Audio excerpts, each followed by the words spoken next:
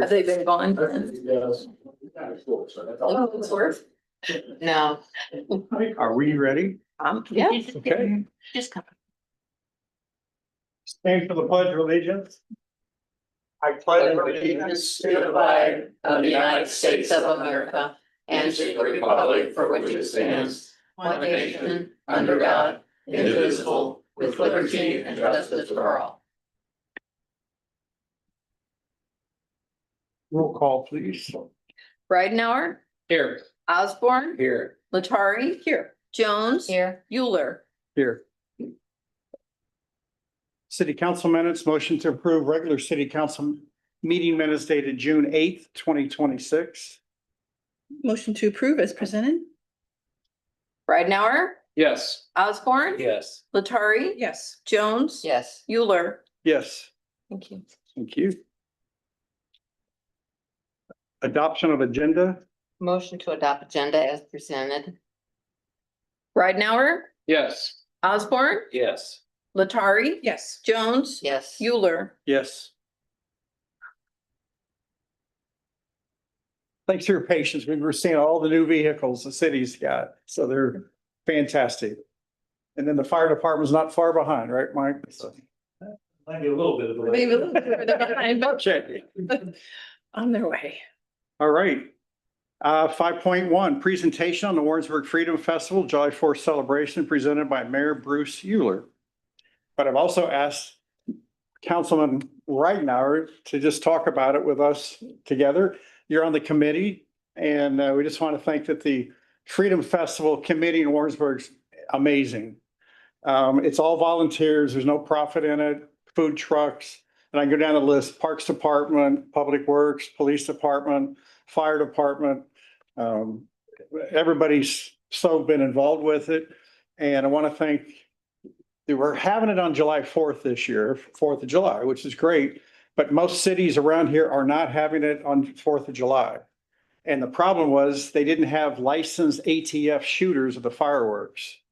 And Michael Malloy noticed that early on that that's something we needed here. There was a shortage of shooters. And because everybody's doing fireworks here this year, because of the 250th anniversary, we needed ATF licensed shooters. So at this point, I know Max is going through the shooting school right now. Appreciate. Trying. Yeah, you're going, and we really appreciate that.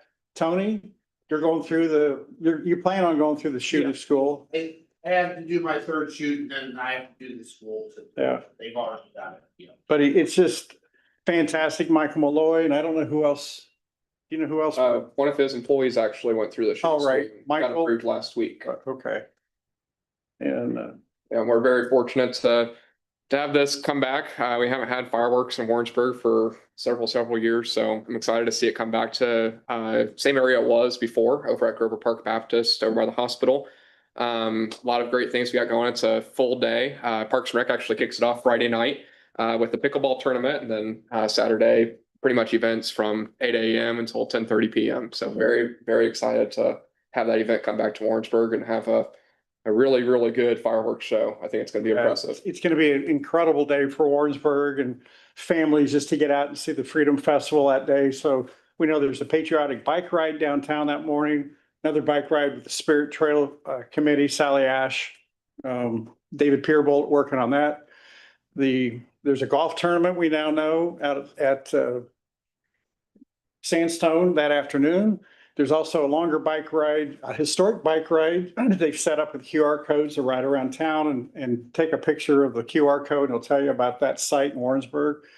And then there'll be a longer ride heading out to the mural out toward Whiteman Air Force Base, about halfway up Bristle Ridge. If you all see that beautiful mural, so there'll be a ride out there, probably starting at the high school, because there's work going on the Spirit Trail on the upper part up toward the soccer fields. I appreciate the sponsors. The whole thing is we couldn't do it without the sponsors. So appreciate Harris, Summer, and Papard with their donations. We've got, I think, about 8 people now, or 8 groups or organizations that donated to it. I don't know if you have that list in front of you. I don't, but What's The that? city's a donor. Yep, the city. So on the flyer itself, it has Abilities, Intersys, Josh and Natasa Medic, Insight Eye Care, American Senior Benefits, the Home Team, Community National Bank, F&C Bank, Dr. Steve and Katie Ritter, American Legion Post 131, the City of Warrensburg, Harris Summer and Papard, and Walmart Constable Trash Service and Complete Septic Services. Fantastic. And then we have American Legion, I know, just made a donation recently too. So anyway, we appreciate everybody's support. There is also, besides the 5K run, farmers market, of course, is that day. So that's incredible. We're hoping on good weather. Right. Food trucks, bounce, you're on charge of that. Yeah, so I'm in charge of all the food trucks, but food trucks will get set up over at 5 p.m. over by the hospital, and we'll also have bounce houses. The community band's coming out to play that evening. We have Twister Sports coming in also for an event, and a lot of great stuff. Everything pretty much kicks off over there on that side of town at 5 p.m. Otherwise, we're kind of scattered all about with all sorts of festivities. Is Burkhurst partially shut off? Yeah. Or We're still working through that permitting process, but yeah, Burkhardt and Mitchell will be temporary closed during that time. Yeah. And we do have contingency plans in place in case we do have a little bit of rain that evening, possibly moving to Sunday or Monday, depending on how the rain works out. But hopefully we won't. I know it's been a rainy season this year. it has. Yeah. There's a drug dog demonstration from 6 p.m. at Grover Park, Warrensburg Police Department, Johnson County Sheriff's Community Band will be out there performing in the parking lot at 6:45. And then there's community performance by Twister Sports, 6:45, community band, 7:30. There's a web page for this. Obviously, it's Freedom Fest Warrensburg. You can look that up. They're going to honor America's veterans at 8:30, posting the colors, fireworks, sensory bags that day. A lot going on. We're very, very excited about this and appreciate the whole community getting involved with it. And It got started and just took on a life of its own. it did. It was a volunteer group and they just said, I'll show up and do it. And they have. And again, we always want to thank Grover Park Baptist Church for the last many, many years of supporting this with their own donations to have the fireworks out there. And it's been a couple of years since we've had fireworks. So it's going to be, and the donors, sponsors have made pledges that not only will it happen this year, but we know we will go at least another 4 years after this based on the pledges we have. So fantastic.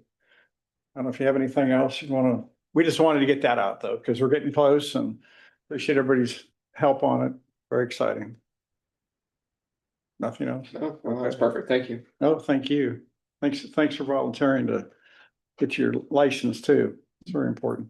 Okay, looks like we're going to hear from probably Peter Hinkle here. 5.2, presentation of facility grade audit report by Schneider Electric, presented by Peter Hinkle, Midwest Sales Team Leader, Sustainability Business. Appreciate it. Thanks, Colin, Peter. I didn't know I had such a great title. I appreciate it.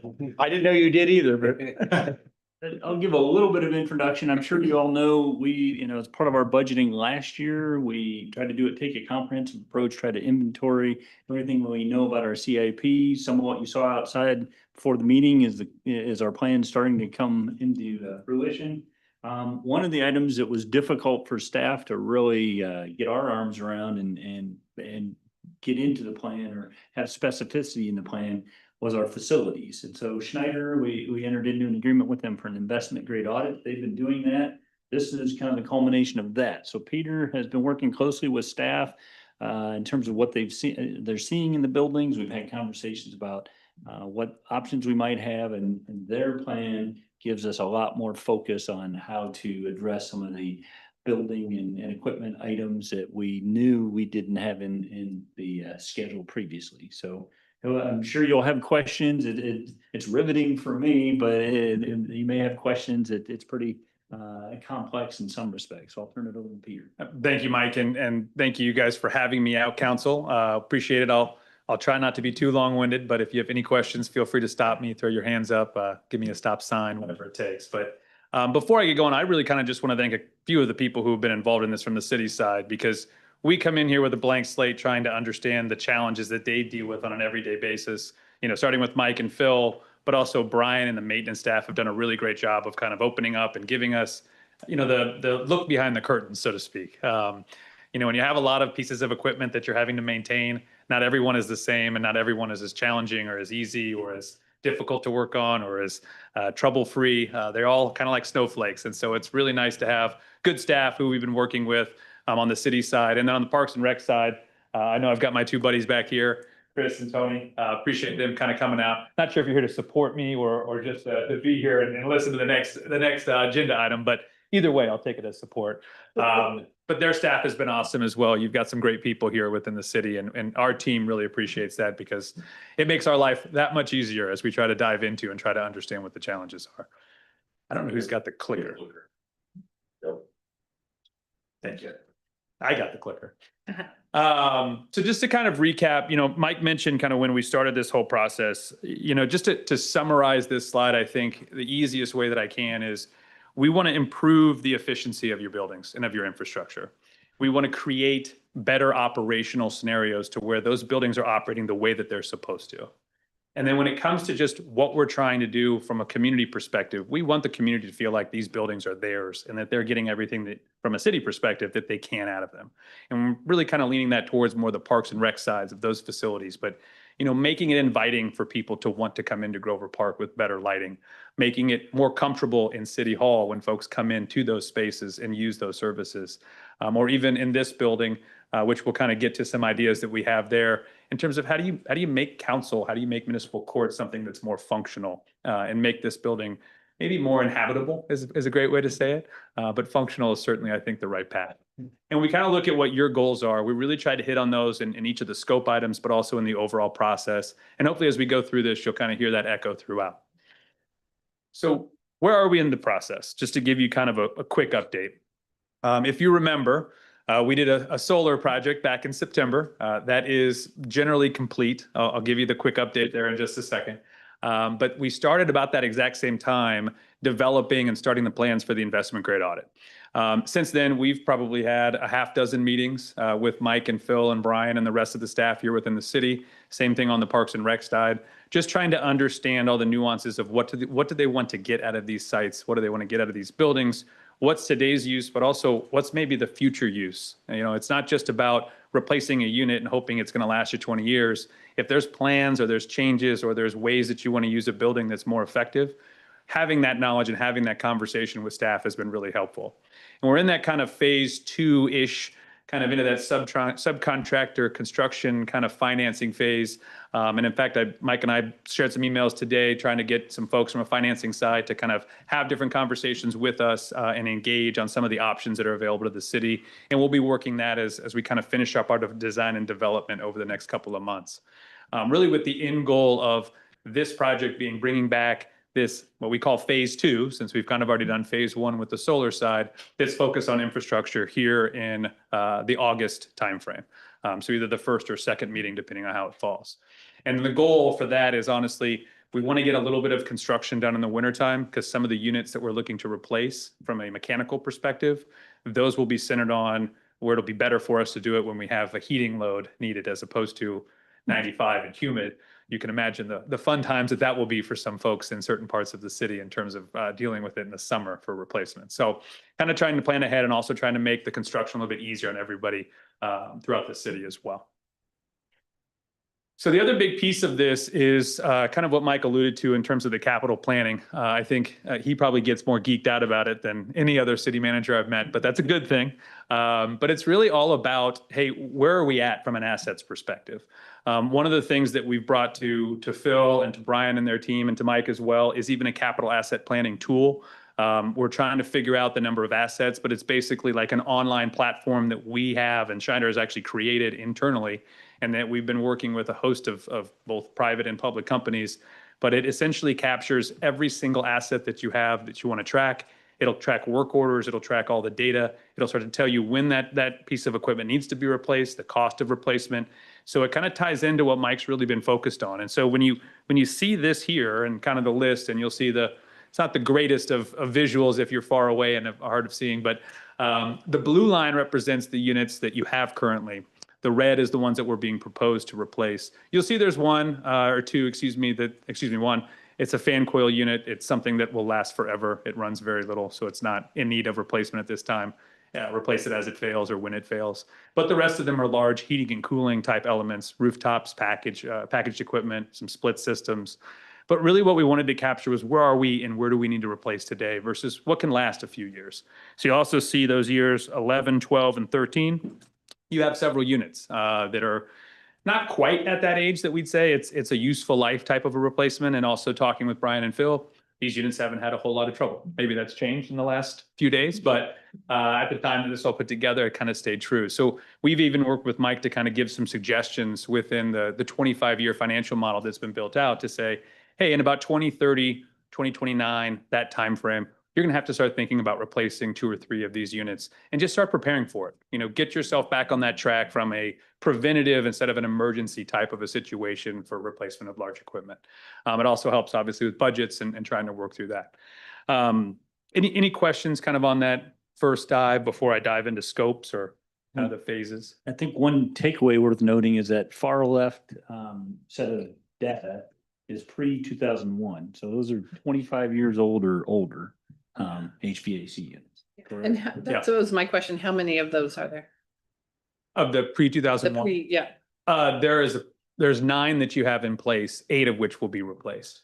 Oh, sorry. No, I'm not reading the chart correctly. Thank you. Yeah, no problem. So then if you look at the ones that are proposed for replacement, that's 16, I Mhm. believe, That's 16. all told at the Yeah. moment. Yeah, and part of what we've also done is we've actually, and I'll pull back the curtain here. Part of what we've removed is scope in this building, and I'll explain why and what we've kind of talked about, and then also a little bit of scope in City Hall for some remodel work that we've talked about. So, but I'll get onto that, and that's a whole nother slide that we can dive into and have a conversation around.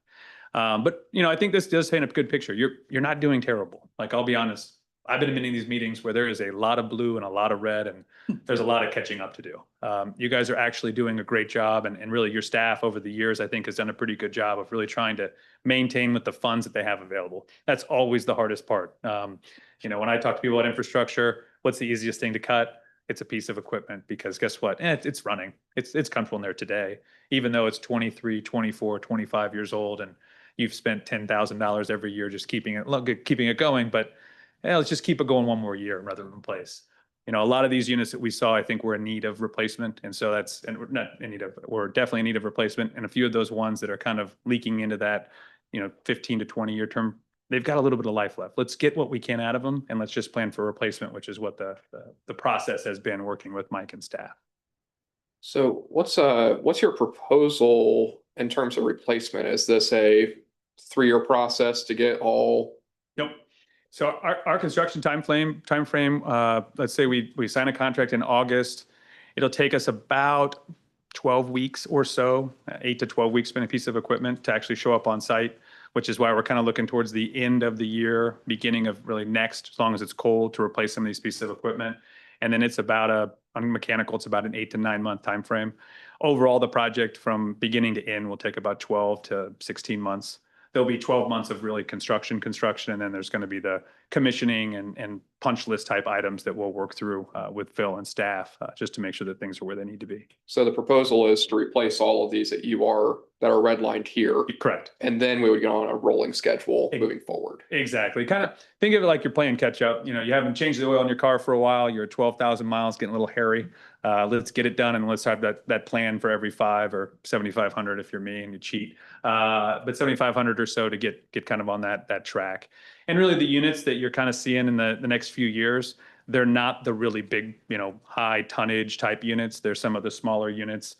There is one little bit larger unit, I think, at police, if I remember right, that maybe needs to be replaced. Police or City Hall, one of the two. But outside of that, they're not huge giant units in terms of cost. So, and we've given some of that data, and Mike's worked that into that financial model as well. I'm working on Yeah. So just in terms of where we're at in the overall partnership, so the solar installation piece, it is complete. The challenge is getting it accepted by Evergy, which is always the fun part. Getting them to come out on site, getting them to approve it and allow us to essentially turn on the overall system. When I asked the question a week or two ago, it was, yes, it's coming. When I asked it today, it was, yes, it's coming. So as you can imagine, we are frustrated, but we are going to work with them as best we can. They are our only electrical resource here in the area, so got to play nice. But and I know they're probably overwhelmed. There's a lot of these projects that I think came through all about the same time with the ITC tax credits kind of falling off. So there's a lot of people who are also calling them and asking the same general questions about getting things approved and turned on. Once they do, though, we'll make sure that Mike and Phil and everyone knows, and we'll make sure we relay that out to you. But overall, the installation is complete. The units are there. The equipment is there. And hopefully you've been able to see it, at least down here at the police headquarters, and be able to see the canopies that have been installed. I did have one question about that. The warranty begins when it is substantially completed. So is it considered substantially completed when you actually plug into the utility company? So it would, the The substantial, warranty is not running. yeah, the now. substantial completion would start once the paperwork's been signed, which I don't think we've signed any substantial completion letters. Not yet. So no, it hasn't started yet. So that wouldn't happen until we actually are plugged into the utility company and they are actually functioning. Correct. You all have to sign off on the substantial completion for the project, for the warranty to kind of kick in. Okay, Yeah, thank you. Yeah, and I don't want this to go any longer than, maybe a few more weeks in terms of them being able to not just plug us in, but accept us onto the grid, which is really what they're checking to make sure that the safety, all the requirements that they have in their spec for us to even tie into the grid are there, which they are. It's just a matter of they have to visually inspect and see that it's actually Right. functioning. Thank you. The second phase that we're talking about is really focused on facilities. I'll dive into that in a little bit more detail here in just a minute for both city facilities and then highlight the parks and recs projects. And then the third is this remodel. I think Mike maybe have mentioned this to you guys at some point, but just kind of giving an update of what we're thinking. About a month and a half ago, 2 months, we came out with one of our architects and looked at this space here and trying to figure out, okay, how can we make this more functional? We had both the police chief as well as a number of staff who helped walk us through the site, kind of using different entry points and trying to understand both from a safety, security perspective, as well as just a function perspective. How can we make this work? And we're going to get to a couple of those options, but just want to kind of give you a little teaser that I think we've got some really good ideas centered on this space in particular. And then at City Hall, and Mike said, hey, we're going to do the same kind of a process, but just a little bit smaller scale. There'll be some economies of scale that will help to kind of design and develop those initial drawings and renderings. And from a design build perspective, be able to bring that back to you as well. But again, I'll get into a little bit of the details here in just a second, but that's kind of the three different projects, if you will, in terms of one being complete, one nearly finished with design, and then the third hopefully about ready to kick off with regards to a few of these other facilities. I apologize if you're going to get into it, but I did have a question just in how Schneider Electric fits into the remodel piece, because I understand your role is to energy and sustainability initiatives, such as the solar installation in the facilities, but how does Schneider Electric fit into bringing in architecture plans and, wanting to remodel buildings and things? That just seems a little bit out of scope. Yeah, it's a good point. Well, one of the things that we're doing is also impacting the energy use within the space. So there's mechanical, electrical, and plumbing that we'll be doing. A lot of the GC work that we'd be looking at as well. You can use capital dollars to help pay for those improvements, but there will be energy efficiency and savings related What to is the overall GC? general contracting. But and from my perspective, what really caused me to think about it is we were talking about the HVAC units and kind of their assessment of this building. It was almost an, oh, by the way, I'm not sure we told you, we have remodel plans. Does it make sense to start down the path of your design before we figure out the configuration of the interior space? And then the conversation led, do you have anybody that can kind of integrate that whole conversation? I think we've talked about previously, municipal court moved in front, and kudos to them for making the most of what they have in the way of the space there. But there's some efficiencies that could be gained just in terms of reconfiguration there. And then space here, and Peter will kind of get into some of that thinking. But it really kind of came out of, well, are we getting ahead of ourselves to talk about doing, system upgrades until we know the interior redesign of this space? Okay. And then would you guys be providing those interior plans also? Is that part of our partnership with you all? Part of it would be, and we'll get to kind of what the scope of work on that would be, but yes, we would be able to provide that initial, call it like a pre-design development scope, kind of giving you a sense of what that's going to look like in terms of this location and or the other location that we're considering for this space, and kind of reconfiguring space in here, as well as all the mechanical, all the duct work, lighting controls into this building. And then City Hall, very similar, but it's a much smaller scale, just with kind of the front entryway on the first level, and then as you go down those stairs, the public work entryway as well. Thank you. So to give you kind of a sense just of scope and facilities and just give you an idea of where the project sits. When you're talking about like HVAC systems within the city side, so I'm going to focus only on city, no parks and recs. I'll get to them here in just a second. We've got about 7 different sites, everything from multiple split systems at the fire stations to reconfiguring portions of City Hall as well as Police HQ.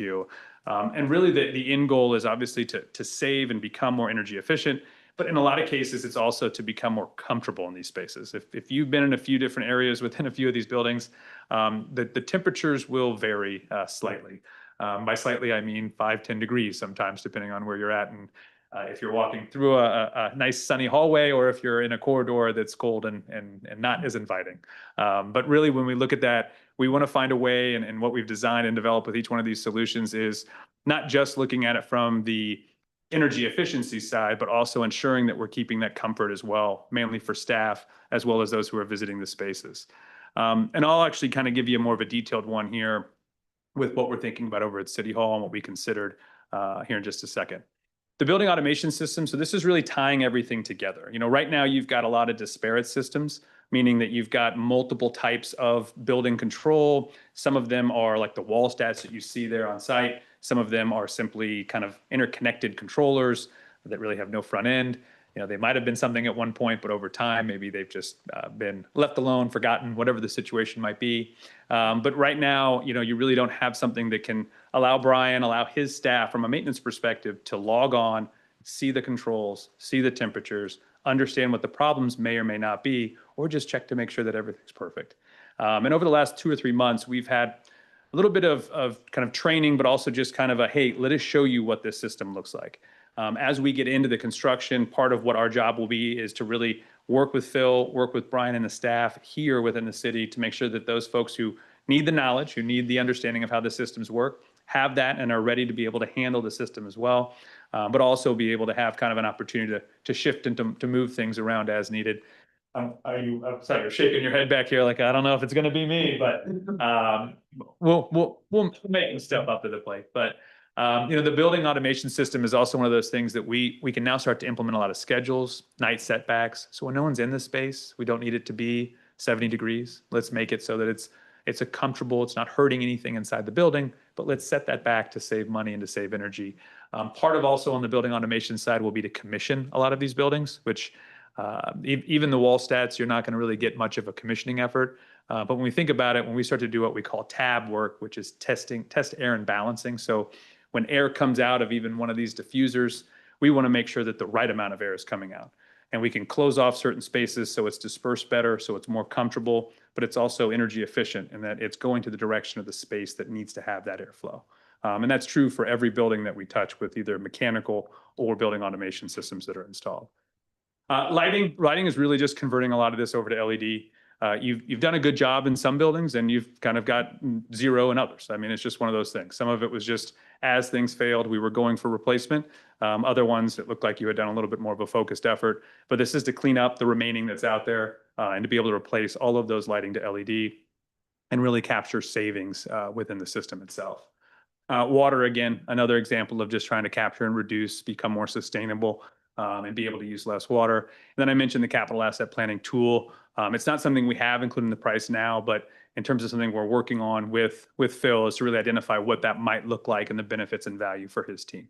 If I could jump in there, I think staff inherited a hodgepodge of things that got built as projects got done, and then were kind of left to figure it out on their own. And so, you know, the consistency is helpful. You might touch on the support after the fact, and if we do have a problem. Yep. Yeah. So part of our partnership, if you will, is the guarantee. So the guarantee of savings, and we're not going to dive into that necessarily in great detail today, as we're still kind of ironing out and finalizing scope. But in terms of the savings, Schneider Electric is responsible for ensuring that you see the dollars that we tell you you're going to save. Part of what we're also responsible for is to make sure that you all are getting support and things are working the way they're supposed to work. Not just on the savings side of things, but that if there's an issue that comes up, a warranty problem, a challenge, you have a team that sits on the backside of our projects that solely focuses on the assurance of the savings as well as the function of the systems that were installed. Our client services group is responsible for coming out, doing additional training. They'll actually be logging into your system without anyone even knowing. They'll be pulling data down to figure out how are they operating, kind of giving you almost like a report card on a monthly basis. That'll be really useful, especially from an operations perspective. Not that they're doing anything wrong, but they can start to see where, man, this building wasn't really hitting set point by 7 o'clock in the morning. Okay, let's have a conversation for why that is. Is that because that the unit maybe isn't getting it, not being able to pump enough air? What's the cause? And our team's going to work with you all to ensure that we can come to a solution from a comfort and energy efficiency perspective. The other thing that, Mike alludes to with this team is, they're a 24-hour helpline. So whenever something goes down, whenever there's a challenge or a problem, if we can help to solve it over the phone, that's great. If not, we can get somebody out here and try to support you as well. It's a nice buffer as you're starting to go through this, since it is going to be new from a new systems and a new building automation system that will be installed. It'll be nice to have that support, that they can call if there are any challenges as they get to feel more and more comfortable with it. And I think speaking with Phil and the staff and Brian, from a maintenance perspective, I think after we went through what the system looks like and the ease of the operation, you can make it as complicated or as simple as you want. But really, I think what's going to be nice is once he gets the formalized training and the staff here, it'll be something they can rely on to tell them where their problems are, be able to troubleshoot, and be able to hopefully operationally fix challenges without necessarily having to go on site multiple times. So to just highlight one quick example from a mechanical system perspective. So if you're looking at the smaller image there, it's just yellow and red. That's the current setup in the basement there at City Hall. When it gets hot, yellow gets real hot. When it gets cold, red gets real cold. Is kind of the nicest way to say it. And there is no way for us to adjust anyone's temperature on any side, regardless of how much we would try or would like to do so. Which is good. It is what it is. It's the system that you have. And so part of what we did was we sat down and we said, hey guys, we have a couple of options.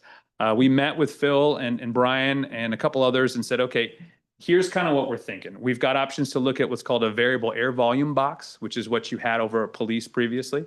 Or we could look at potentially zoning it with 4 smaller units that we can now zone off different portions. And through that conversation, what we learned was the challenge of dealing with some of the maintenance headaches with those VAV boxes and the desire to really keep it easy so that they don't have to deal with additional mechanical points of failure, which is really what the VAV box would become.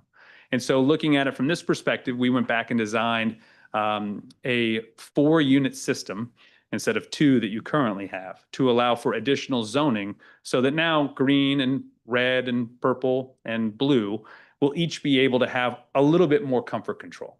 You're still going to have the challenges, of having maybe multiple folks in a space that's controlled by 1 unit that's dumping air into that space.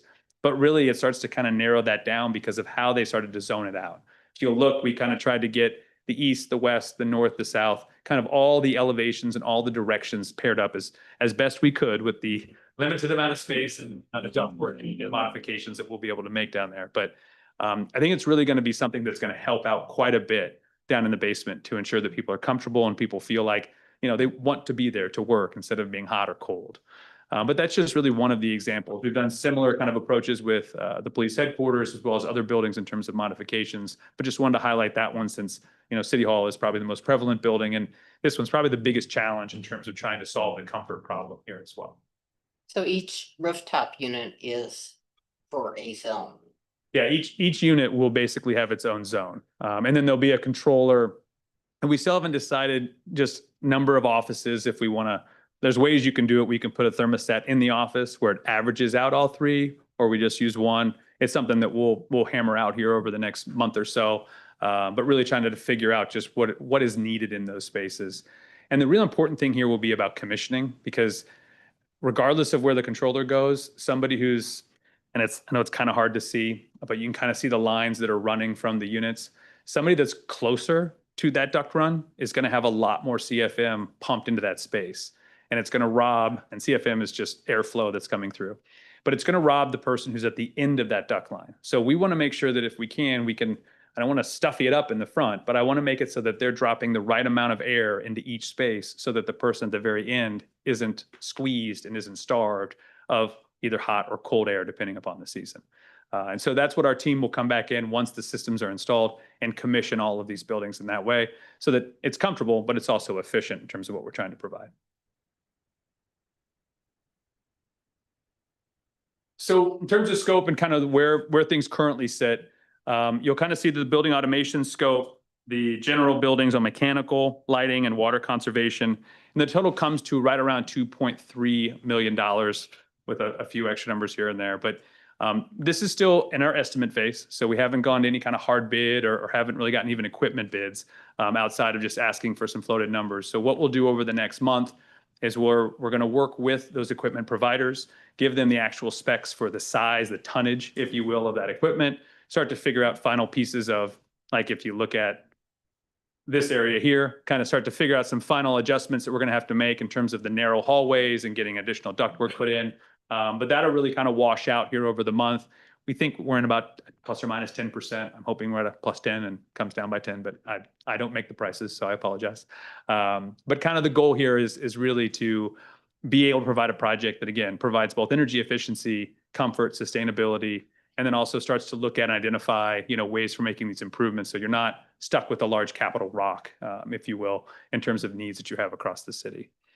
The thing you'll see there that I'll also highlight is your rebates are at zero. Don't panic. They're not going to be at zero. We will do a custom incentive. So Evergy has a custom incentive package that basically we have a document, an application that we'll fill out on your behalf, and then that money comes back to you all. What that is, we just haven't calculated just because we're still kind of finalizing different pieces of scope. They no longer have a lighting incentive. I'm sorry to report. Evergy got rid of that on the Missouri side about 2 years ago. If we want to move to Kansas, which some of you probably will scream and yell at me, but they still have their lighting piece. So I'm always confused at how those decisions are made. But that just gives you kind of a sense of where the project currently sits. What kind of number do you use for the price increases over 15 years?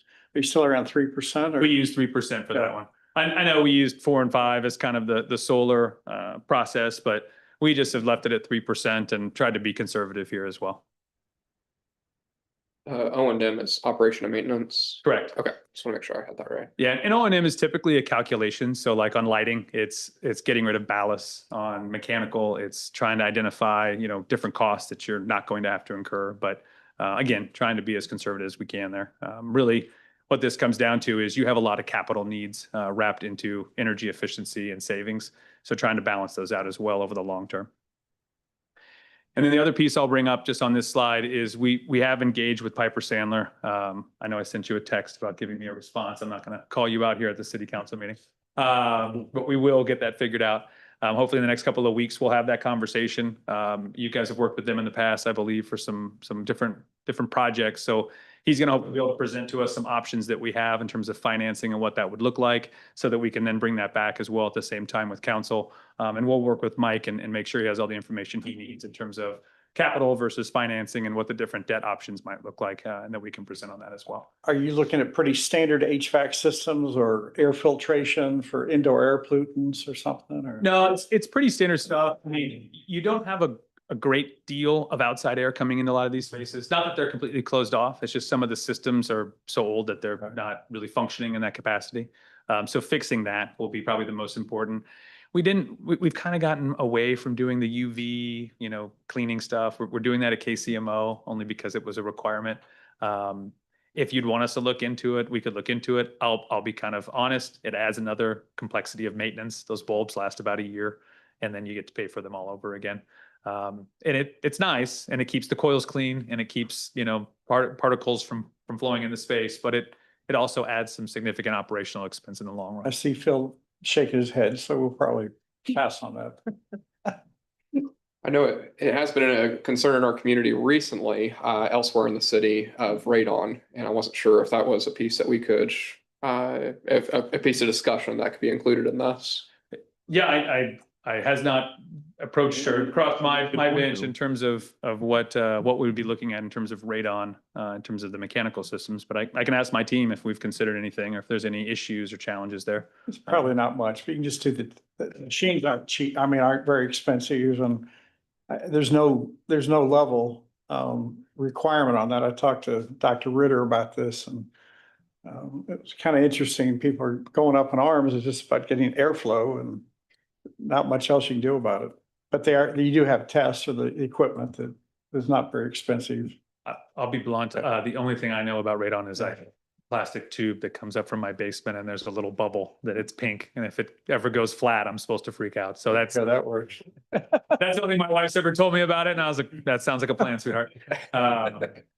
But yeah, no, I can certainly ask and see if, and Mike and Phil, maybe they can kind of give me some sense of what's going on and we can bring that back if it's deemed valuable or not, here at the next council meeting or the August meeting. And no stress on it. I just figured I'd bring it up. So Yeah. appreciate it. I appreciate you bringing it up. Thank you. So kind of give you a quick highlight on Parks and Rec. So last week, we had two meetings, one with the executive committee and the finance committee, and administrative committee. I think I've got all the committees. And then the building and grounds committee as well. So we had two separate meetings just to highlight some of the scopes and what we've identified there. When we first met with them, gosh, back in April, May timeframe to kind of give them an update on, hey, this is what we saw. This is where we see the challenges being within your facilities. We put together some scopes and kind of the admin and finance team were like, that's great, but we really want to focus on this hub concept. So thinking about the community center and all of the surroundings as the hub for the community within the city of Warrensburg. And I really like the idea. Make it more inviting, make it more accessible, make it so that people want to come, walk, play, do all the things that you can do, which if you look at that image of kind of the picture you see up on the screen, everything is within, as a golfer, a par five in terms of having to walk from one place to the other, whether that's pickleball or tennis or Grover Park and Buford Park, excuse me, in terms of the baseball field. Each one of those has an opportunity from an invitation to the community. And so what we started to look at was ways that we could incorporate lighting into these spaces. Probably the biggest priority that we heard talking with Tony and Chris was, we just don't have enough lighting at the pool. We don't have enough lighting or any lighting at the pickleball courts or at the tennis courts or at this park or at that park. So we said, okay, let's stop focusing on trying to hit every piece of the community and let's kind of spend our time and our efforts within this kind of square that you see up on the screen. And so what we've done is really focused on adding additional pole lights where it's needed. So like a massive pool, if you've ever been there at night, it's a fairly dark experience in and around the pool. So the goal will be to lighten that up, add additional poles, add additional pole lighting in and around the space. And again, convert all those to LEDs. You've got a nice, bright, clean light. Hopefully they can see the bottom of the pool now and make sure from a safety perspective. You've got Buford Field, excuse me. And, my understanding is this is kind of the field that every little kid in town, that's their first experience playing baseball. As a son who's playing a baseball game right now, and pretty much every day of his life, I know that experience. So it's kind of a cool thing. And I think that's a great opportunity from a community investment perspective to say, hey, this lighting is going to be energy efficient, it's going to be sustainable, but we're going to give kids an opportunity to play into the evening and have a little bit more fun. I mean, that's always the coolest experience when you're a kid, is to play under the lights. And then you got a few other areas like the safety and security concerns that we've kind of heard about, the darkness of the parking lot at the community center. And then you've got the pickleball as well as the tennis courts up top. We've all done photometric studies on each one of these, so we have a sense of where the lights are going to go. We shared that with the Parks and Grounds, or the Building and Grounds Committee, as well as the Executive Admin Committee. There's also a little bit of HVAC replacement. They'll be tying into your building automation system and also some water conversion over there at their community center building. Most of the interior LEDs have been done just at the community center itself. That's such an active facility. I wasn't really shocked. We see that quite often as an easy way that when they start to burn out, just quickly replace them. The one adder that we actually got last week, which, Chris, we are working on, Tony, we've actually almost got a solution for at least one of them. Is thinking about kind of a wash light on the exterior of the community center itself. Right now, you've got, I think we counted 9 total can lights that kind of face up, floodlights, if you will. This is actually going to be replacing those and then adding a few more as you kind of bend around the curve. And not just replacing with regular LEDs, but the nice thing about LEDs is that you can start to look at color changing and color tuning. It's not a 10x price expense like it used to be. It's almost a wash, to be honest with you. But adding in some of those additional lights and then creating an opportunity for, let's say you've got the 4th of July extravaganza, you're doing red, white, and blue all the way around. Mm-hmm. Or, Breast Cancer Awareness Month, you've got pink and it shows up. And then you're tying in the Parks and Rec as a kind of a community outreach program, which really is what it is, to get people excited about the community through just the colors on the building. It'll tie into spring. It'll tie into Halloween was thrown out and some beautiful oranges. But all those things that you can do with that kind of lighting, it's not just about the efficiency and the operations. It's also about kind of creating an impact here within the city of Warrensburg as a whole. And so those were just added kind of last week to the general scopes that you see up here. And if you look at that, so your project again was about 2.31. Theirs currently sits around 155. And again, we're still finalizing some of this in terms of the cost and the estimates that we have. And that'll take place here over the next month or so. The other thing I'll say is that Chris and his team have been kind of adamant about trying to get involved with the Piper conversation. So we're going to all coordinate that together so the Parks and Recs can be involved in that conversation as well. And trying to make sure that everybody from a benefit, if you're going to take out any debt or if you're going to use debt, let's do it one time instead of multiple and pay those fees as a group instead of as an individual. So, but that kind of wraps it up in terms of the scope. The new thing that we'll kind of talk about, and I'll kind of present on this, and Mike can help me out if I slip in terms of direction, but really kind of starting off with this preliminary design deliverables. So from a design build perspective and the energy side of things, we're always doing this in terms of general contracting, putting in walls and doors, modifying ductwork, replacing ceilings in a lot of cases. This is a very similar effort. It just kind of takes to that next level of trying to figure out what do you guys want to do. This first phase is really, again, getting into that preliminary phase, putting drawings together, putting some cost estimates together based on what we see and based on what we really heard in terms of the needs and the spaces, and then really coming back with options for you to consider. City Hall, it's going to be a little bit more cut and dry. Not going to lie, it's some walls, it's some rework of kind of how that space is functioning, both on the upper floor and the bottom floor. Over here, it's kind of like a blank canvas. Where we could easily do just a modification here, which is kind of that targeted renovation you see in option 1. Option 2 is more of a comprehensive retrofit. And so when you think about just the spaces that we're in, we are in red. That is kind of currently where we sit. One of the things that we heard during the conversation with the police chief walking around is this door right here. It's a concern, safety, anyone can see in, God forbid. Definitely want to think about that as we're starting to think about where to put the new space. And as we were walking around, we talked about storage. There's opportunities for you to install different types of storage in different spaces, splitting it up into 2 or 3 different zones kind of on the backside. And as we came into that space, I'm going to say it was me, but it probably wasn't. It was probably Mike or Phil who came up with the idea. They said, well, what if we just kind of flipped it? Like, why don't we use the space, which is that other picture that you see there, close off that door, and now we can have a functioning council chambers while that gets built and finished, and then finish out this side by adding this as the air quotes storage facility or storage area. Now it does a couple of things. One, you have a pretty interesting ADA compliance challenge. Yep. This would hopefully eliminate that with how you would come in off the entryway. You also have the safety and security challenge as well. But the other thing is it also opens up a little bit more room over there. If you've been to that side of the building, you get a little bit more space, which, a night like tonight might not be that important, but if there's ever a municipal courts or something that's going on that you have a lot of people coming in and out of the space, I think it certainly can get taxing. And then also the ladies who sit up front, trying to get court services and move that to a space that's maybe a little more functional. Yes, I know they're happy they're over here, but if we can get them into a location that's a little bit tucked away. And then there's also conversations as a part of that initial design development phase to look at creating its own kind of bathroom for staff as well as for potentially the judge as well. So we'll come back with some of those options if you all would like us to in terms of agreeing to move forward with that process. But again, kind of looking at that as option 1, the targeted renovation, which is red, keeping the same space, just kind of cleaning it up. Option 2, which is really modifying and reconfiguring how the space is used, make it more functional, make it more efficient, and hopefully solve some of these ADA and other challenges that we have currently within this building. I'm very excited about it being a more accessible space because that's a completely not friendly accessible space. And I also get that it's also a security concern. Yeah.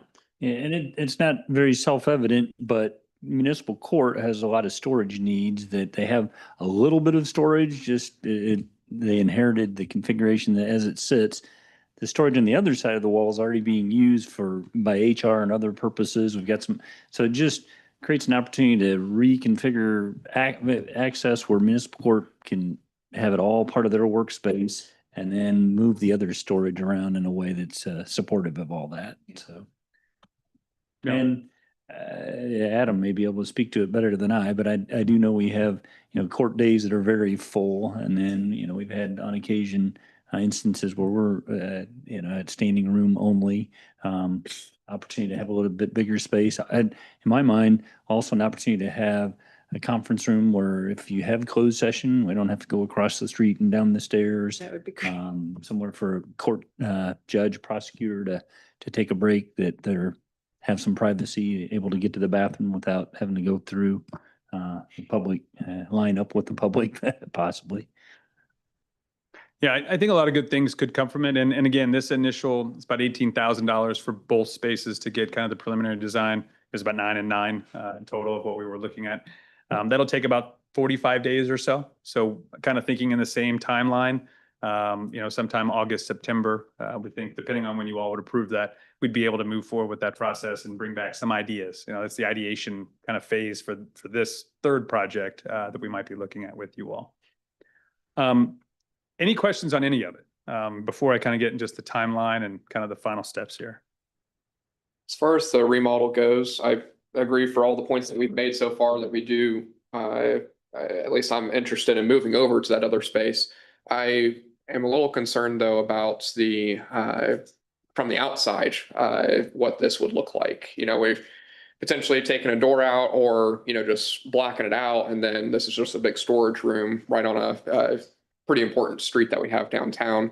I want to think strategically about what this would look like from the public's point of view, from the outside looking in, whether that's a mural or whether this is a space that could be used publicly still, maybe storage is in a different area of the building or something like that. Yeah, no, it's a good point. And nothing's been finalized. So, one of the things over the next 30 to 45 days is, we'll come back and say, hey, tell us, Mike, Phil, anybody who'd like to be involved. Like, this is just kind of what we're thinking. This is the layout. This is what we heard from staff and the administration of being the most functional use of space. What are the concerns? And, to your point, if it's aesthetics, it's, okay, how can we soften this? Like, I agree. I would hate to have a giant wall of brick right along Main Street here, kind of the main corridor that kind of people walk by, that doesn't have anything that's inviting. We did a project up in St. Joe. It was on the backside of their, it's a old historic high school that the Parks and Rec Department has taken over, and now there's a daycare inside of it. And so the plan is, well, we don't want to replace the bottom level windows because it's storage. It's Parks and Rec storage. Why are we replacing windows when we have absolutely nothing down there but a couple of space heaters? So the idea is to actually do a mural with the kids and have them do a mural across the whole back.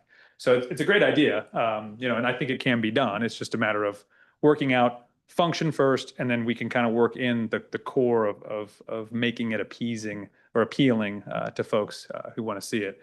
Mike even brought up actually one of the options when you come in on the far side, if we were to kind of flip the building, trying to match it up to the city hall side of how that entryway looks up. So it looks kind of uniform, like it's always been there. Maybe we don't have as tall of a spire, but maybe we have something that kind of gives the same architectural feel so that people say, okay, that is City Hall. That's the entrance to mini courts. We know where we're going. We know, kind of the uniformity, and it's been planned out, which is obviously the big portion of all that. But yeah, any input, I'd love to hear it. So, Absolutely. Thank you.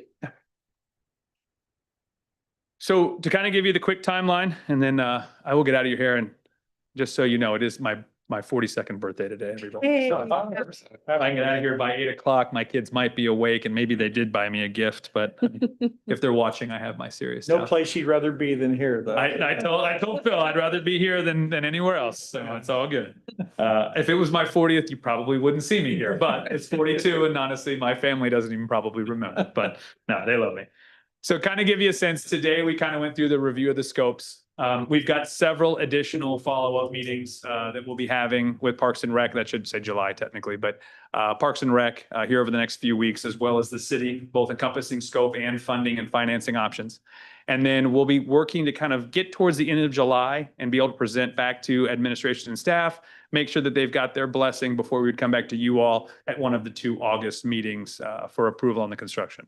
And again, that's about a 30, 45-day window. We have a holiday in there. I'm hoping that it doesn't move into September, but if it does, we'll do the best that we can to try to play catch up. Outside of that, any questions or anything else that I can answer? I'm all ears. Probably not tonight, but there'll be more. Thank you. Happy birthday. Appreciate it. Thank Yeah. you. Thank you. So what I would tell you is this, the things that are on my radar as the next budget challenges to factor into this comprehensive model are this, the pay plan, and then bridges. We've identified, some existing bridges that we need to figure out the life cycle and try to anticipate those from a railroad and college, and then Main Street technically isn't a bridge, but is an example of, some maintenance that popped up. So I guess my question for you as it relates to this, does this have enough merit to you that you want me to try to factor it into the rest of the budget planning as we then go into strategic planning and budget conversation, try to see if we can find a way to get all this to dovetail together?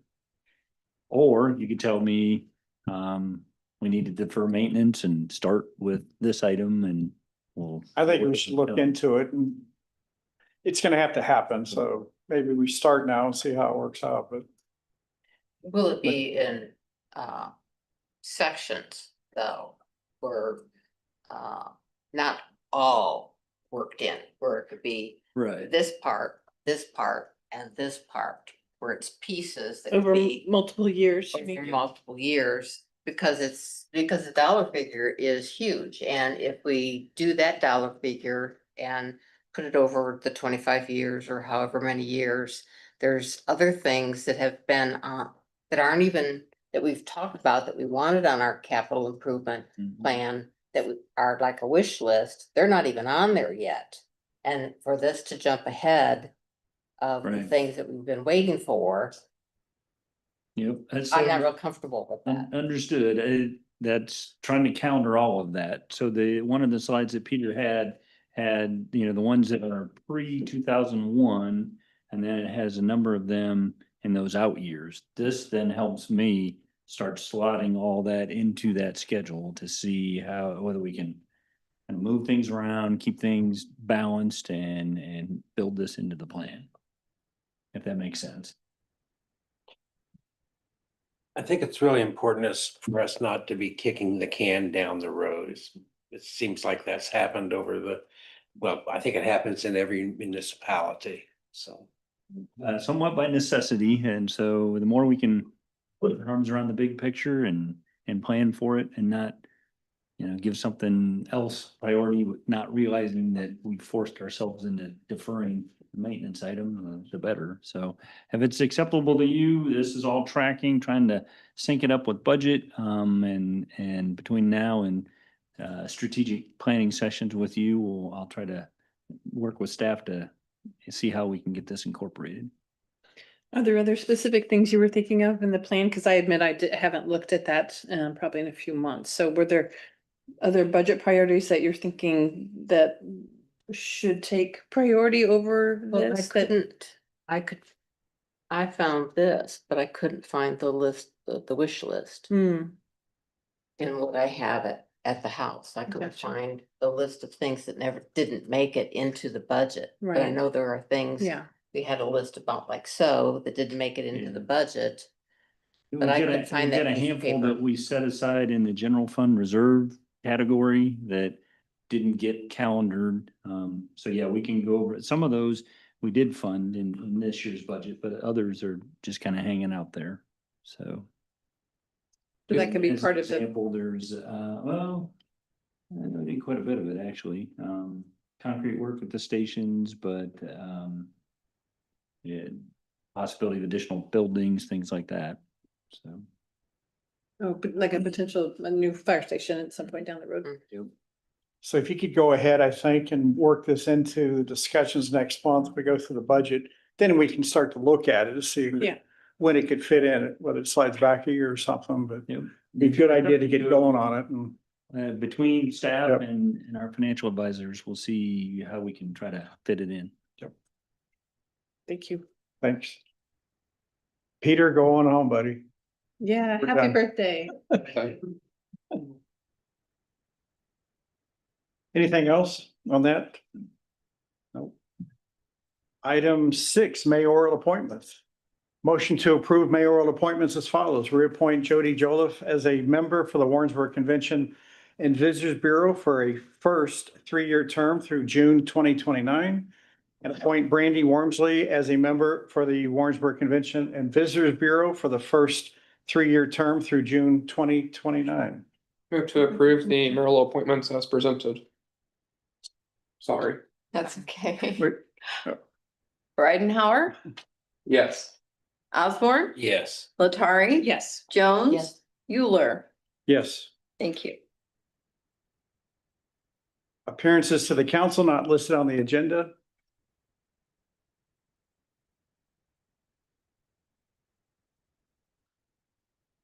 There are none. Miscellaneous matters from the mayor and or city council. Just a quick clarification about the Freedom Festival. The city as a sponsor, that's not direct funds, correct? That's all staff time, of which we could consider funds certainly, No. but are we, is the city providing A check. a check to anyone, or we're saying all of the time that our police Right. department and others are So, putting in? I indicated to Mike Malloy that within my authority, I thought we could contribute $1,000. And Chris and I've had some text messages, but I'm not sure where Parks landed maybe. But our thinking was thankful that the city's not being asked to do it all and trying to do something supportive but nominal so that it's mostly the community's effort Yeah. doing it. That makes perfect sense. I just wanted to make it really clear what that dollar amount was. But there still will be staff Yeah, involved as far we've as. been involved with maybe- permitting and street blocking and some of that, yes. Okay, but maybe not to the same extent that they're involved with the Christmas Bergfest. parade and Bergfest. Not yet. We'll see what this event turns into, but at the Right. moment, no. Because that's a lot of income. Right, yeah. Right. I don't think this is a great event, but It is, it's not it's to a the wonderful scale of. And I hope that maybe they could follow up, maybe this group could follow up and last year there were a lot of complaints that we didn't have enough holiday decorations. Hmm. Maybe we could do more holiday decorations downtown or, Yeah. people were very unhappy about that. It could be the holiday committee. Yeah. Yeah. What- Great. Thank you, Mike and Chris. I appreciate that. And I was just gonna add to that, as a part of the Park Foundation, Michael Boyd, I know, made a donation, wanted it designated towards, the Freedom Festival, so that was at least 1,000, it may have been more, but just to let you know that was spoken of. So. Yeah, great. That's great. I have one thing. Don Nimmer asked me a month or so ago, I forgot to say it at the last meeting, but he wanted to thank the council for putting in Barb for getting a solid waste program in place. He said when he was on the council years ago, he tried to do that unsuccessfully. And he was just very pleased that it's there and that it's working very well. So it's kind of like a big high five. Yep, it is going great. We'd like to offer our condolences, of course, to Charlie Kavanaugh's family, wife Sharon, Western County Commissioner passed away suddenly. His service or celebration of life will be Saturday at 10 o'clock, if we're able to get there. There's a Morris Collins picnic at 10 o'clock fundraiser on Saturday out of the Jesus Saves Pentecostal Church. And Parks, you may mention this, but again, appreciate the sign. You can talk about that maybe in your report. And sorry we're losing Kristen Dyer. She did a fantastic job here Yeah. over the years and she's got a great job. Moving- leaving us. Wednesday is her last day, and she's accepted a position in Lexington, Kentucky with the Historic Society, executive director. Good for her. Yep. Should be great. Yeah, that's great for her. We will miss her. Anything else from the council? Would like to, nope. City staff updates, city manager. Yeah, I'll try to keep it short. As I mentioned earlier, some of the equipment that's come in, we had out front, and we'll try to continue to do that. Not every patrol vehicle necessarily, but things of note we'll try to bring to upcoming meetings. It really is the culmination of the financial planning we did last year. A lot of effort going into fleet management and planning and speccing and ordering, and now we're reaping the benefits. A handful of calendar items. I will be out Friday of this week. And then Friday after that is the 3rd of July, which we'll observe, so we'll be closed. July 7th, we're having diversity and inclusion strategic planning session. So trying to help that committee, bringing in Kim Hall as an outside facilitator to try to help have a conversation about goal setting and organization type preparations. Then July 9th is our first retreat for budget and strategic planning. July 14th is our second retreat. July 22nd is the Warrensburg Historic Preservation Commission meeting. And I meant to get the TIF Commission meeting date in there, but I didn't, but it's right in that same time frame. I want to say July 14th, but I could be wrong. And then just forewarning you that the July 13th agenda is stacking up. It looks like that'll be a heavy agenda with quite a few items on it. So with that, I'd be happy to answer any questions you might have.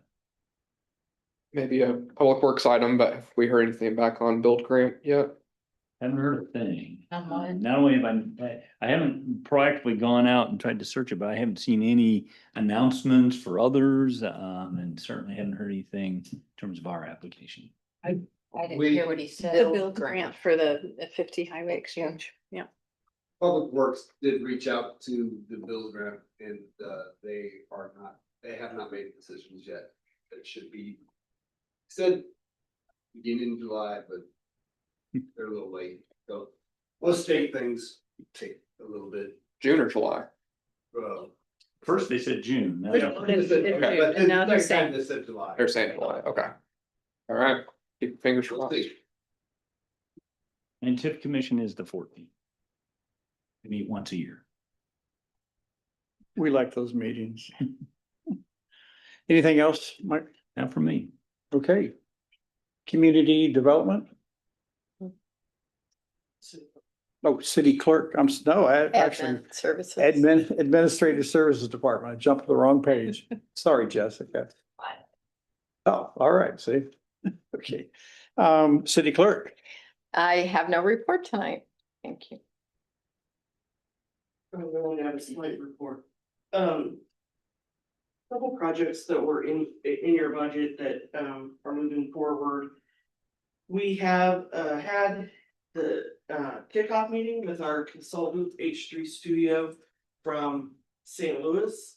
They will be doing the Historic Preservation Commission design, the voluntary design guidelines for commercial structures. That is a grant funded project. And that kickoff meeting with staff was today. And so you'll start hearing about that. They will be having their public meetings in conjunction with the Historic Preservation Commission meetings. And so those will be going through the fall and winter and hope to wrap that up. For the grant, we have to wrap that at the end of next April, in April of 27. So that project is moving along. And then you also had in the budget the parking analysis of our parking requirements and the design requirements for the parking on private property, private projects. And so we're in the selection process. So that RFP was issued. We received proposals a few weeks ago, and we are narrowing that down to our preferred firms. So we do not have our preferred firm yet. I'd say we're about 70% through the process. And so that is coming along as well. And though it is not grant funded, we tentatively identified in the RFP that we'd like to wrap that project around April of 2027 also, so it is moving along as well. With Kristen leaving, do you have an interim or somebody gonna help? Me. I know, where's it falling? Yeah. So, yeah, there are a few of the things that she's been working, roles she fills, I'll shift to other employees, while we, move through the hiring process for that. Hopefully we can get someone in here fairly quickly, we'll see. But I do think we'll post that within the next week or two. Anything else? Thanks, Barb. Fire department? Parks department? Good evening, Mayor and City Council members. Well, first of all, thank you, Mayor Euler, for your attendance at the unveiling of the new sign at Blind Boone Park, the Bruce Reed Memorial. Most of you know, former wrestler, also known as the Natural Hacksaw Butch Reed. And the Bruce Reed Foundation did a fundraiser at this event to help those in need for food. And also the memorial sign is at the base of the Blind Boone sign. It looks really nice. And this was also a nice event to celebrate on Juneteenth last Friday. So thank you very much for your support on that. The council has heard some of the details on the NASA pool. And I want to thank Tony Albertino, our assistant director, for his report. But as an update, just a couple of things. Fixing this leak was a step-by-step process using cameras and pressure testing and following process of elimination. It really is common for older pools like this with so many different variables that it could be. The kiddie pool is now fully functional and running well. A bit more detail showed a break in a 6-inch pipe that goes right through the wall of the pump house. So that had to be concrete cut out and replacing that. In addition to that, we also had to replace propeller as well as pump motor, and also had to replace hydrostatic valve in the pool. In addition, what is called the quarter valves for the kiddie pool area needed work as well, and this has actually been completed for this season, but it's going to need more work coming this fall to make some more improvements there. Really proud of our staff and for the adjustments to move the little kiddos indoors swimming during this time when the facility is being worked on. And I wanted to add that each year we do overall pressure testing, maintenance of the pool at the close of each year, at the start of each year. I will just tell you the honest truth, the big problem is the age of this pool. In facilities that I've been in that has pools of this age, it's a yearly thing. And so that's something that we really work closely with. I'm very happy with the company, Lexington Plumbing, as well as Commercial Aquatics. They're known as one of the best in the Kansas City area, this area as well, Midwest. So they do the best they can. So it's kind of hard to get through, but glad we're through it now. And I just want to give you that additional information on the work that we did on that. On Lions Lake, this Wednesday will be the third water chemistry application to the lake since we reopened it, working with Missouri Conservation on this process. It has reduced the growth of the curly leaf algae and the moss. And although you can't stop all of this growth, has been decreased substantially from what I had seen in the past. And this is going to continue with our work with the MDC on future maintenance issues. At this time, we are scheduled for late fall for a fish stocking of the small fish of the lake, and then moving into next spring. It's been another busy summer so far with the opening of NASF Summer Day Camp and sports camps, and we appreciate working with Marcy and the WCB on the World Cup soccer events, and we look forward to assisting with the July 4th celebrations. And Tony, you want to give a update on the, I guess, patriotic and business event? Yeah, we're also on the Freedom Fest. We're having a patriotic business and house decorating contest we're doing with the chamber. So that kicks off this week. We're gonna start marketing it to get like the community involved with, being patriotic as the return of the Freedom Fest, so. And you get the road race. Yes. And you have $4 for the swimming pool that day, I think. We started off as, Councilman Ryan Howard said, sorry, I almost called you by your first name. Shouldn't have done that. Yes, we will have a pickleball tournament on Friday. All right. On Saturday, we start with the early morning race, which is our tradition. And then we also have $4 for that day, for the NASA pool. As well as, obviously, our staff's gonna be helping with different things around that area throughout the day. Appreciate it. Thanks. And that's similar to what we've had before. You've probably seen this with Parks and Recreation having at Christmas time, the decorations of houses. So I was really happy to hear Tony bring up that idea. I think it's gonna be a nice thing for the community, for not only businesses, but also those who want to participate. As always, this time of year, staff is working with the park board and city administration on the development of our budget. And as you know, this includes the consideration of the energy safety items that were mentioned. That's all I have right now. And I answer any questions you may have. A question I did have on Lions Lake, I just want to make sure I'm on the same page. There has been no fish stocking to date. Is that correct? That is correct, not Okay. by MDC, but I will tell you there are fish there. And they they are there. And with all this rain and especially the heavy rains, they have found their way through Pearl Springs. Fish can also find their way through many different ways. It's interesting. But anyway, yeah, there are fish out there, but they wanted to hold off until the stocking till they could really get the balance of the lake. They feel like in a really good situation, ready for the young fish they'll put in this one. Are we still anticipating 3 stockings through the end of next year, I guess now? Yes, it would be exactly that in that order. Which would be the first would be the younger fish. And then in the spring, it would be moving to the catfish and some of those. And then later on would be the larger fish, the bass, to give the little guys a chance to grow before they get eaten. That's the plan right now. That's good. Thank you.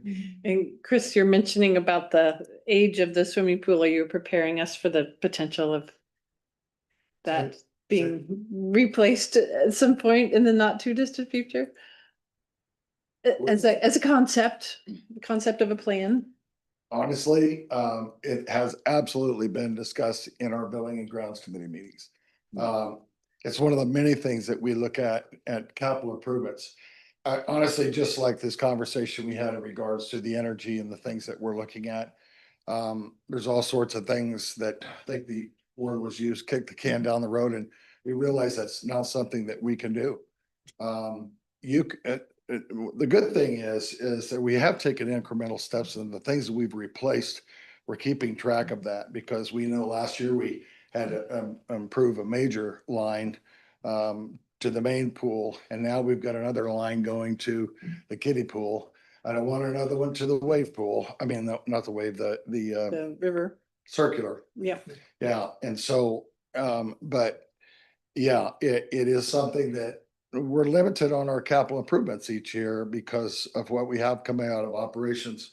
But one of the things that we look at is our fund balance, our debt service, and overall plan for the future. And just to let you know, it has been a point of discussion, knowing that at some point that will have to be addressed. But right now, it's not in terrible condition, but it is definitely in our minds. How old is NASA? Tony and I were looking. Around 1979, the notes I found, and then it was built, originally built in 79, and then they painted a water park later on with another sales tax. And I think that was actually probably the building in the base of the large pool and also the bathhouse. But then in future years, there was another land water conservation fund, and 3/8 sales tax was also part of the expansion of the pool. So anywhere from 30 to 50 years old. So, Wow. That is old for a pool. yeah. Thank you. All right, thank you. Thanks, Chris. Appreciate it. Police Department, Public Works.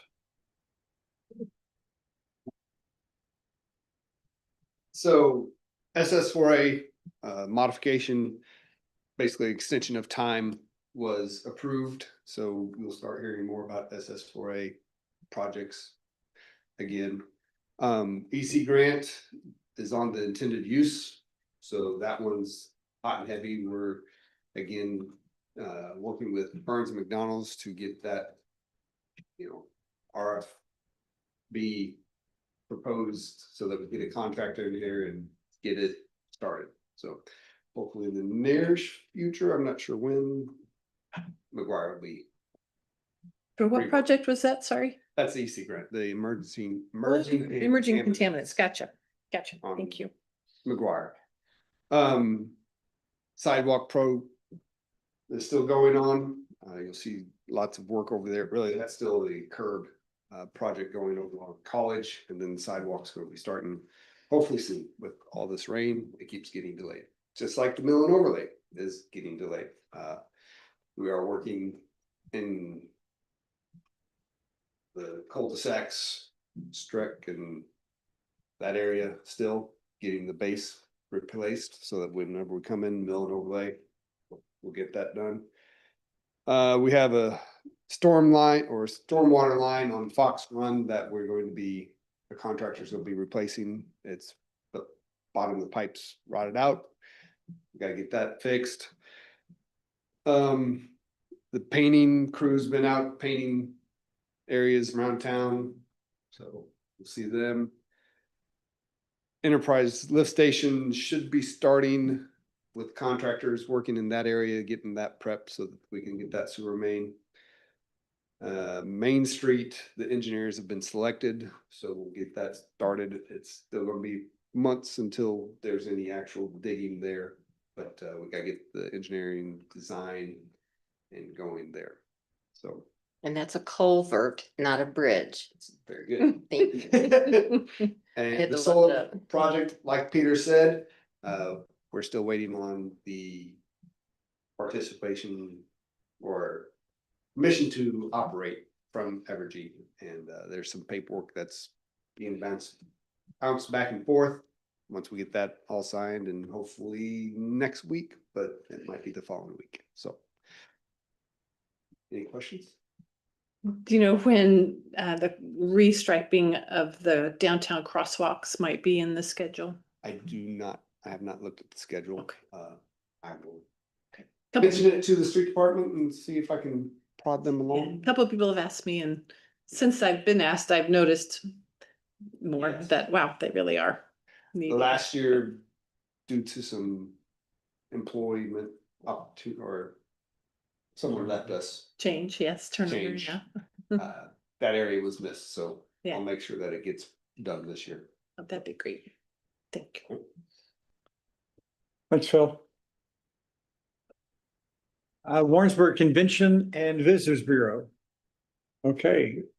Closed session, 10.1, motion to close part of this meeting pursuant to section 610.021 of the revised statutes of Missouri relating to one, legal actions, causes of action, or litigation involving a public governmental body and any confidential or privileged communications between a public governmental body or its representatives and its attorneys. And two, leasing, purchase, or sale of real estate by a public governmental body where public knowledge of the transaction might adversely affect the legal consideration therefore. I so move. Ridenhour, Yes. Osborne. Yes. Latari. Yes. Jones. Yes. Euler. Yes.